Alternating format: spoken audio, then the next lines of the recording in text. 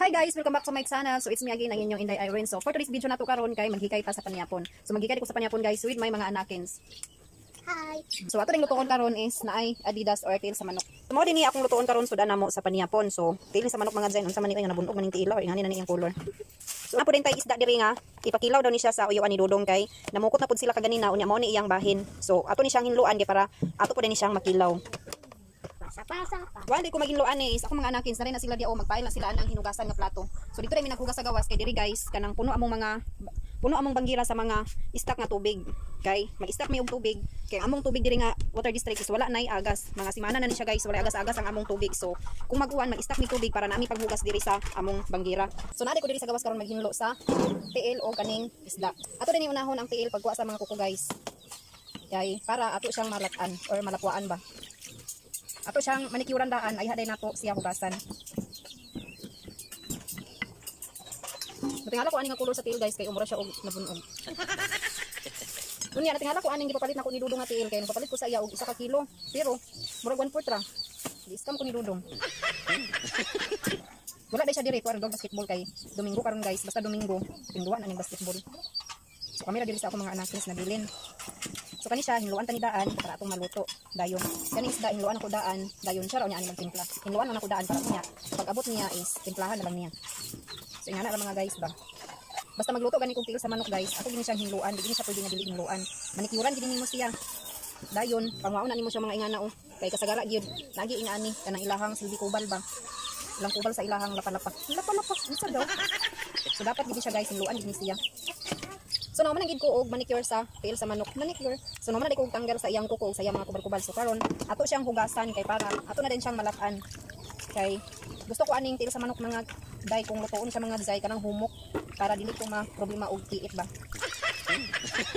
So tara naman siya hugas. Nara. So mao na din ang tiil sa manok guys. Unya karon ako siyang butangan sa tanglad. Dayon liso nga paminta. Ako siyang butangan. So wala niyo nakita. So nara ako na siyang ibutangan dayon. Magbutang rin ko og dahonan pod na kuan paminta. Mabalik-balik kong sige. So ako siyang ibutang. Dayon butangan og asin para musunod sa iyahang kaunuran ang kaparat. Charis. Og ako na din siyang ilunod ang tiil sa manok guys nga nanay mga panakot iba mura tag nagbasoy. Kay panakot na ang ato ang gilakwaan nga manok. Para mawala yang anghit guys ba. Then ang sabaw niya ani pwede na higupon kay butangan tug tanglad. Charis lang. So ato din na siyang lataan so ako siyang takluban.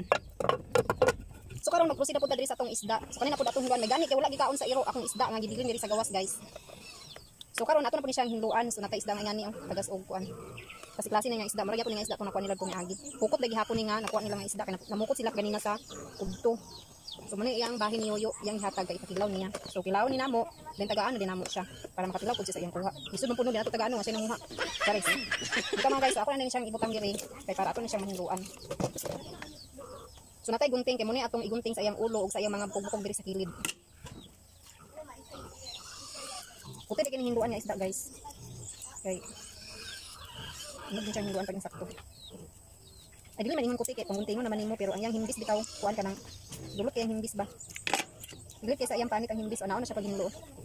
Guntingan sa kilid, tapos ang iyang ulo guntingon dito lagilagpot. Ala siya guys. Guntingan nimo ang sikakilid niya nga mga bukog-bukog. Kay iyang bukog hait. Ana ko hinluan nga isa ka buok. So naman nagitag hinlo sa isda. Anday na ra oh, atong nahinluan.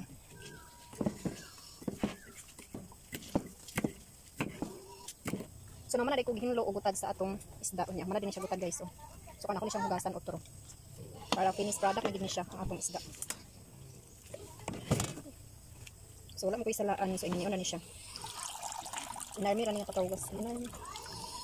So tara, naman na ni siya hugas. Magutad na lang pagpanakot din hugasan din ni siya suka. So kinilaw na ni siya. Dili tanan akong panakot so ato ra ni siya magikon pagutad. 1 2 3, let's go. So guys, insakto na gid siya. Timpla. Ug karon guys, ako na din ang ipanghikay ang mga panakot para sa atong adobo nga chicken feet. Huy, naka-English. Ahos, bombay at sal ug sili ra gid natong panakot diya mga guys kay mura man ang naa sa atong kusina. Ug dili nato nugayon magisa nata sa atong panakot para maluto na nato ang atong chicken feet. Huy.